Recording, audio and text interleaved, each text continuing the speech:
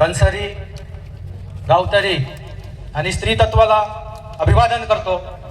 क्रांतीसूर्य बिरसा मुंडा, राघोजी भांगरे, तंट्या मामा, काल परवा 10 ऑक्टोबरला आपल्यातून निसर्गवासी झालेले काळूराम काका धोदडे, जेठ्या गांगड, ह्या सगळ्यांची स्मृतीला अभिवादन करतो.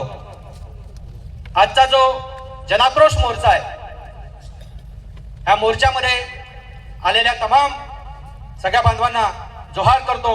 उपस्थित मान्यवर सगळ्यांची नावं घेत नाही कारण वेळ कमी आहे. सगळ्यांना मानाचा जोहार. ह्या देशामध्ये जी परिस्थिती आहे, वेळ जरी कमी असला तरी मी आठवण करेन की ज्या पद्धतीने सीजीआय गवई साहेबांसोबत घडलेला आहे, आदिवासी पर्यावरणवादी सोनम वांगचुकी सोबत घडलं, आणि काल परवा हरियाणाचे डीजीपी एवढ्या मोठ्या पदावरच्या व्यक्तीने आत्महत्या केली.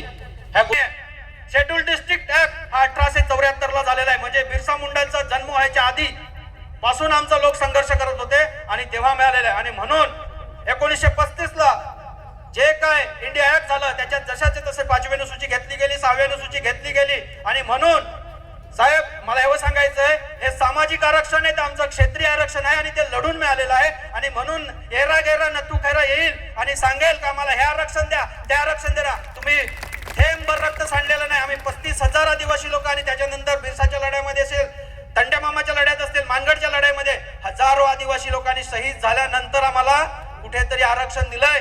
आणि जाता जाता एवढंच सांगतो साहेब, सगळ्या पालघरला माहिती आहे, हे सांगणं मला गरजेचं वाटतं. किती लोकांना वांगरजे गाव माहिती आहे, किती लोकांना नितेश मुंडे माहिती आहे ना?